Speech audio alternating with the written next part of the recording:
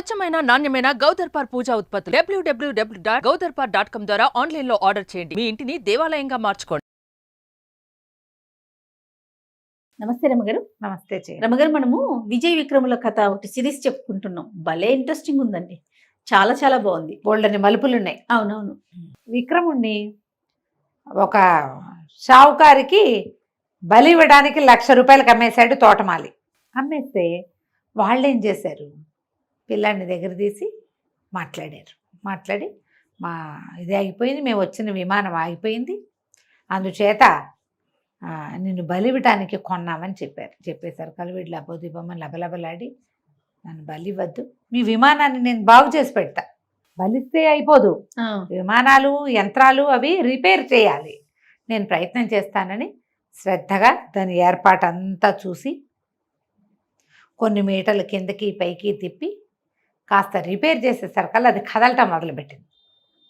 వాళ్ళు ఆ 1,00,000 వదిలేసుకుని ఈ అబ్బాయిని కూడా వదిలిపెట్టి, బాబు వెళ్ళిపో, అనవసరంగా నిన్ను బలిచ్చేవాళ్ళము, నీ వల్ల రిపేర్ ఎట్లా చేయాలో కూడా తెలిసింది మాకు, వాళ్ళకి ఇంత పిల్లలు ఉంటే వాళ్ళని దగ్గర కూర్చోబెట్టుకుని చూపించాడు, ఇది నొక్కాలి, ఇది లాగాలి, దీనివల్ల ఇది కదులుతోంది, ఇది సరి చేస్తే అది సరిపోతుంది, గ్రీజ్ పెడితే కూడా సరిపోతాయి ఒక్కొక్కసారి పెద్ద పెద్ద ప్రాబ్లమ్స్. దాంతో వాళ్ళు విక్రముడిని వదిలిపెట్టేశారు. ఆ విక్రముడు కూడా చిచ్చి వీటితో ఉండకూడదు, డబ్బుల కోసం చూసుకుని వృధాగా నా ప్రాణాలు తీయటానికి చేశాడే, మోసకాడు, వాళ్ళతో వెళ్ళి వాళ్ళకి పని ఉంది అని చెప్పి నన్ను పంపించేశాడు, చచ్చినా ఇంకా తోటమాలి దగ్గరికి వెళ్ళకూడదు, సరే అన్నయ్య ఎలా ఉంటే అలా ఉంటాడు, నేను ఇక్కడి నుంచి వెళ్ళిపోతానని తోటమాలిని వదిలిపెట్టేసి వెళ్ళిపోయాడు. ఇంతలో అక్కడ ఏం జరిగిందంటే, రాజభవనంలో ఈ రాజకుమార్తె విద్యావతి తను పెళ్లి చేసుకుంది కదా విజయ్ని, అమ్మాయి ఏమిటి భద్రగజం ఎవరికి దండేస్తే వాళ్ళకి పెళ్లి చేసుకుంటానని ఒట్టేసింది.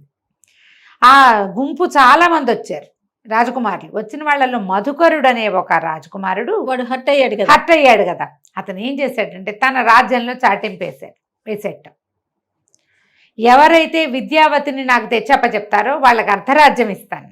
ఏది పెళ్ళైన పిల్లని రాజ్యంలో సగం మందికి నచ్చల ఆ మాట.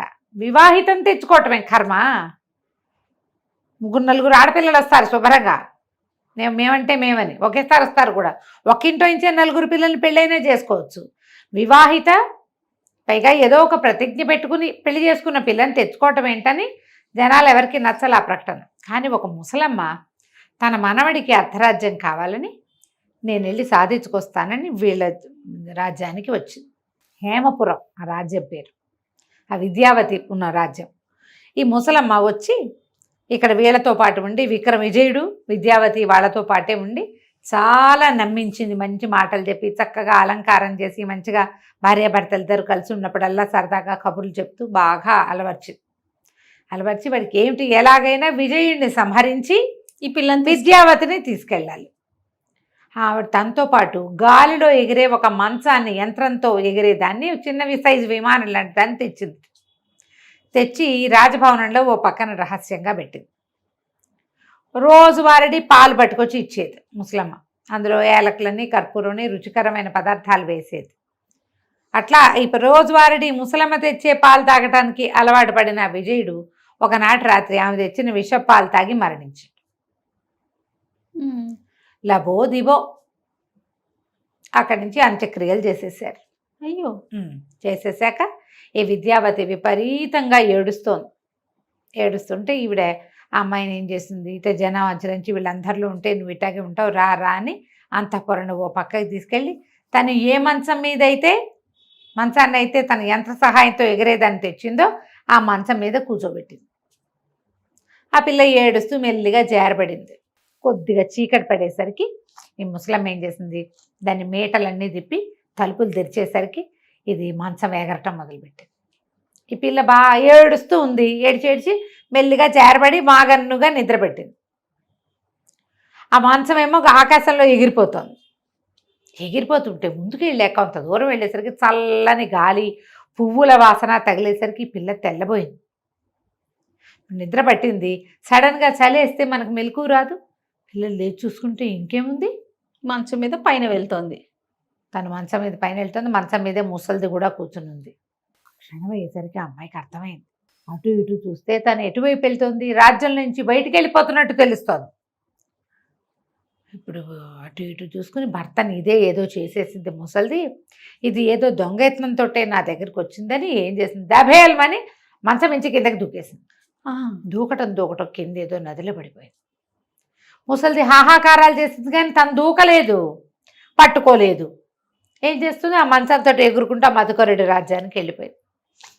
ఈ పిల్ల ఇట్లా నదిలో దూకేసింది అనేసరికి అతను చాలా చింతించాడు. రాజ్యంలో అందరూ చెప్పారు పతివ్రతగా ఉంటారు ఆడవాళ్ళు, ఇట్లాంటి పని చేయకూడదు అని.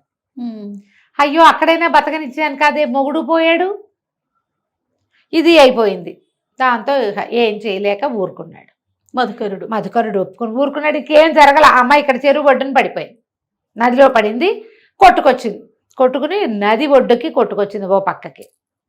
అదే సమయానికి ఈ అబ్బాయి విక్రముడు ఈ తోటమాలి దగ్గర నుంచి వెళ్ళిపోతూ అటు ఇటు ఏదో చిన్న పన్న పనులు చేసుకుంటూ అదే రాజ్యంలో ఉన్నాడు. ఈ రాజ్యపు పొలిమేరల దగ్గరికి వచ్చేసరికల్లా కాస్త మంచినీళ్ళు తాగుదామని నదిలోకి దిగితే నది ఒడ్డు నుంచి కొట్టుకొచ్చి విద్యావతి కనపడింది అతనికి. అయ్యో ఎవరో స్త్రీ ఉందని తను గబగబా వెళ్ళి చూస్తే రాజ ఆభరణాలు అవి చీర అవి చూస్తే ఎవరో రాజకన్యలాగా ఉంది. ఆమెను బయటికి లాక్కొచ్చాడు, గట్టు మీదకి ఓ పక్కకి తీసుకొచ్చి అడిగాడు, ఎవరమ్మా ఏమిటి అంటే ఆవిడ వాళ్ళ ఏడ్చి నేనేం చేయను, కొద్ది రోజుల క్రితమే నా వివాహం అయింది, నేను రాజకుమార్తెని, నా పేరు విద్యావతి, విజయుడని నా భర్త చాలా అద్భుతమైన వాడు, అతను నవ్వితే రత్నాలు రాలుతాయి. అడిగాడు, ఏడిస్తే కన్నీళ్ళు గారితే ముత్యాలు రాలుతాయా అన్నాడు. తెలీదు, నవ్వుతాడు, నవ్వితే రత్నాలు రాలుతాయి, నాన్నేమో ఇట్లా అతను కాస్త చనిపోయాడు, ఎంత అద్భుతమైన వాడు అనేసరికి కుర్రాడు ఏడవటం మొదలుపెట్టాడు. చనిపోయాడు అనగానే అన్నయ్య చచ్చిపోయాడు అని అర్థమైందా, ఇక ఏడవటం మొదలుపెట్టాడు. వీడు ఏడుస్తుంటే కళ్ళలోంచి ముత్యాలు రాలుతుంటే అమ్మాయి నిర్ఘాంతపోయి చూస్తోంది. ఏడిస్తే నీళ్ళు ముత్యాలు రాలుతాయి కదా. అదంతా చెప్పి మెల్లిగా అమ్మాయి కళ్ళు మూతలు పడిపోయింది, చచ్చిపోయేసరికల్లా ఈ అబ్బాయి బోళ్ళంతా దుఃఖించి అయ్యో అన్నయ్య నేను కలిసి వచ్చాను, రాజు అవుతాడు అనుకుని పిట్ట మాంసం అన్నయ్యకే పెట్టాను, అయ్యో చచ్చిపోయాడు, ఆ వదిన కూడా ఇక్కడ పోయింది, ఇప్పుడు నేనేం చేయను, నాకు ఏది దిక్కు, అన్నయ్య ఏ నాటికైనా నాకు కనపడతాడని కదా నేను ఆ రాజ్యంలో ఉన్నాను. సరే ఒక ఎత్తైన చెట్టెక్కాడు, ఎక్కి ఊరిపోసుకుందాం అనుకున్నాడు, చచ్చిపోతా నేను కూడా అని చెట్టెక్కాడు. ఎక్కేసరికల్లా కింద నుంచి ఎవరో ఒక ముసలమ్మ కేకలు పెట్టింది, బాబు చెట్టు మీదకి దిగు, ఆత్మహత్య మహాపాపం, కిందకి రా, నీకు ఒక మంచి మాట చెప్తానని వేసేసరికల్లా పైకి అర్థం కాల, ఎవరో పిలుస్తున్నారని దిగితే ఎందుకు నాయన చెట్టు ఎక్కావో, ఊరిపోసుకోబోతున్నావు, ఏం చేస్తున్నావు, ఎందుకు చేస్తున్నావు, నవ్వ యువకుడులా ఉన్నావు, చిన్నపిల్లాడివి, ఈ వయసులో నీకు మరణం ఏమిటి నాయన అనేసరికల్లా ఈ అబ్బాయి బాగా దుఃఖించి ఏం చేయము, లేక కలిగాం మా అమ్మకి, మమ్మల్ని ఏమో మా పెంతల్లి ఇట్లా చేసింది, మా అన్నయ్య చనిపోయాడు, వదిన కూడా ఇప్పుడే చనిపోయింది, నేను కూడా చచ్చిపోతాను, ఇంకెందుకు ఇక్కడ ఉండటం అంతే అనేసరికల్లా ఆవిడంది, నాయన ఆత్మహత్య మహాపాపం, చచ్చిపోయిన వాళ్ళని బతికించే ఒక మంత్రం చెప్తా నీకు, నాతో రా అని చెప్పి ఇతన్ని వెంబడి పెట్టుకుని తీసుకెళ్తే ఒక పర్ణశాల లాంటి దాంట్లోకి వెళ్తే అక్కడ ఒక ముని ఒక ఆయన మరణించి పడున్నాడు. ఈవిడ వలవలా ఏడుస్తూ, ఈయన నా భర్తే నాయన, నేను కూడా రేపు ఈయన్ని అనుసరిస్తాను, అయితే నా భర్తకి అంత్యక్రియలు చేసి రేపు నాకు కూడా అంత్యక్రియలు చేసేవాడికి ఒక మహత్తరమైన వరం ఇవ్వాలని కోరుకుంటున్నాను నేను, నువ్వు దొరికావు నాకు సమయానికి, నా భర్త సామాన్యంగా కనపడుతున్నాడు కానీ సామాన్యుడు కాదు, ఇతని ఎడం చేతి చిటికెన వేలికి ఒక మహత్తరమైన శక్తి ఉంది, ఆ చిటికెన వేలు కోసి దాంట్లో నుంచి ఒక్క చుక్క రక్తం వేస్తే ఒక్క ఎముక మిగులున్న శరీరమైన జీవంతో బతికొస్తుంది. ఓహో, మేము కూడా ఇప్పుడు రేపొద్దు ఇవాళ మరణిస్తే రేపు ఇతని రక్తంతో ఇతన్ని బతికించవచ్చు, నేను మళ్ళీ నేను చచ్చిపోతే తన రక్తంతో నన్ను బతికిస్తాడు కూడా. మేము ఎన్నో వందల సంవత్సరాలుగా తపస్సులు చేసుకుంటూ ఉన్నాం, ఇక జీవతీర్చ లేదు మాకు, అందుకని ఈ అద్భుతమైన వరాన్ని ఎవరైనా మంచివాడికి ఇచ్చి వాడితోటి మా అంత్యక్రియలు చేయించుకోవాలని మా కోరిక అని చెప్పి నువ్వేం చేస్తావంటే ఒక చాకు తీసుకొని ఒక కత్తిచ్చింది, ఇతని చిటికెన వేలు కోసే, తర్వాత నీ చిటికెన వేలు కోసేసుకో, నీ చిటికెన వేలుని అతనికి అమర్చు, ఆ చిటికెన వేలుని నీ వేలుకి పెట్టుకో, తర్వాత నీకు చెప్తాను విషయం అంతే. కుర్రాడు బాగా ఆలోచించి ఆ చనిపోయి పడి ఉన్న ముని గారి ఎడం చేతి చిటికన వేలు నరికేశాడు మొదట. అది తీసుకున్నాడు. తర్వాత తన వేలు కట్ చేసినాడు. నెత్తురు కారిపోతుంది, పై ప్రాణాలు పైన పోతుంది. రాజకుమారుడు అవడంతో కొంచెం మోయగలడనమాట నెప్పిని. ఇవి తీసి ఆయన వేలికి కరెక్ట్గా ఎక్కడి నుంచి తీసాడో అక్కడ పెట్టాడు. తర్వాత ఆయన వేలిని నీ వేలు మీద పెట్టుకొని ఆయన అని ఏం చేసింది, కత్తితో పాటు ఒక వేరు ఇచ్చింది. ఆ వేరుతోటి ఇట్లా రాసి ఇలా చుట్టేసరికల్లా ఆ ముని తాలూకు వేలు వీడి దగ్గర అతుక్కుపోయింది.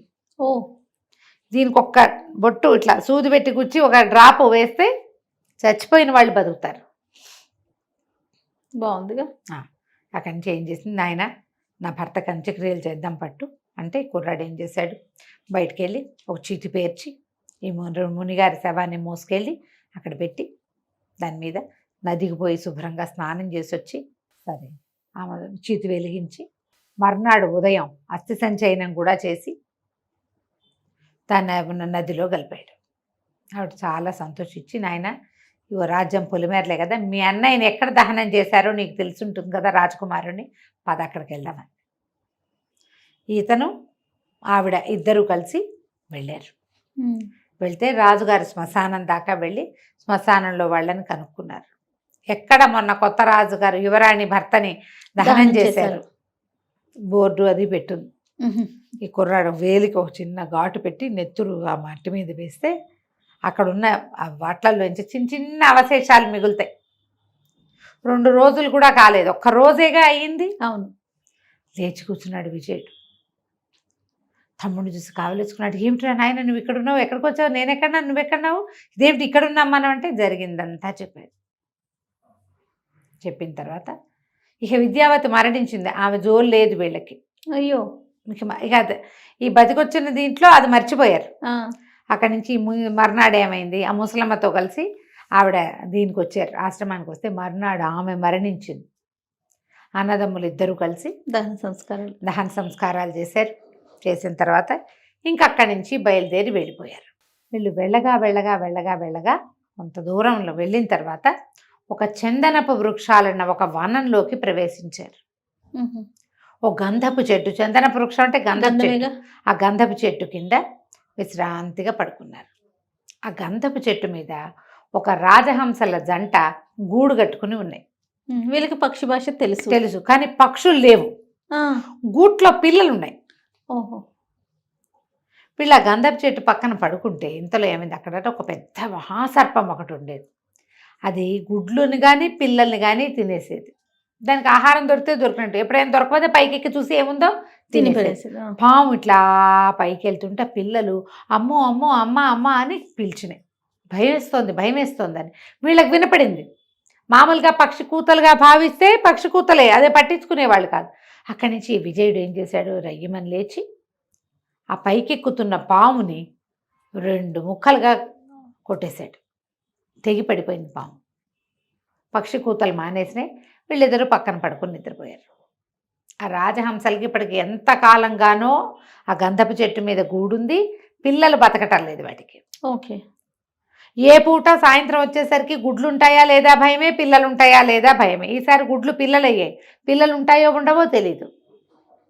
అవి తిరిగి వచ్చేసరికల్లా పిల్లలు సురక్షితంగా ఉండేసరికి పిల్లలిద్దరూ 2 పిల్లలు 3 పిల్లలు 3 వాళ్ళు ఆ పిల్లలు అడిగినాయి, మీకు మేమే మొదటి సంతానమా, మాకంటే ముందు పిల్లలు పుట్టారా అని అడిగితే ఇప్పటిదాకా పుట్టలేదు, ఇప్పుడే మొదటి సంతానం మీరు అని చెప్పేసరికల్లా ఆ పిల్లలు ఏమన్నాయంటే, అయితే మీరు కృతజ్ఞతలు చెప్పాల్సిన వాడు ఒక రాజకుమారుడి కింద పడుకున్నాడు, ఒక మహాసర్పం, ఆ సర్పాన్ని అతను చంపేశాడు, మమ్మల్ని రక్షించాడు, ఇక మాకే బాధ లేదు, మీకు కొన్నాళ్ళు పోయాక మాకు రెక్కలు పుట్టుక వచ్చాక మీరు మమ్మల్ని ఎగిరించవచ్చు అనేసరికి రాజహంసలు ఆశ్చర్యపోయింది. 2 దిగొచ్చి రాజకుమారులు ఇద్దరు పడుకున్న చోట కూర్చుని ఏడవటం మొదలుపెట్టాయి. విపరీతంగా శోకించింది. రాజకుమారులు ఇద్దరు లేచారు. లేస్తే వాళ్ళు అన్నారు, మేమేం చేయలేదు మిమ్మల్ని, మేము మీ జోలికి కూడా రాలా, ఊరికే పడుకున్నాం, రేపు లేచి వెళ్ళిపోతాం, నేను చేసిన పొరపాటల్లో ఒక రాజసర్పం పైకి చెట్టెక్కుతుంటే దాన్ని కొట్టేశాను, గంధపు చెట్టుకి దెబ్బ తగిలిందా, మీకు ఏమైనా ఇబ్బంది అయ్యిందంటే అవి 2 తెగేడిచి, నాయన ఇప్పటికి ఎంతకాలంగానో పిల్లలు దక్కలేదు మాకు, మా పిల్లల్ని దక్కించిన మహానుభావుడివి, నీకు ఏ సహాయమైనా చేయగలుగుతాం మేము. ఓకే. నీకు ఏది కావాలంటే అది చేస్తాము అని చెప్పి కావలిచ్చుకున్నాయి. కావలిచ్చుకుని ఎంతో సంతోషంగా వాళ్ళతో పాటు గడిపినాయి. ఇంత మటుకు విన్నాం కదా, ఎంత టర్న్ వచ్చింది కథలో. అవును, నెక్స్ట్ టర్న్ ఏంటో మళ్ళీ మనం రెండో భాగంలో, తర్వాత భాగంలో విందాం. తప్పకుండా రమ్య గారు. నమస్తే. నమస్తే.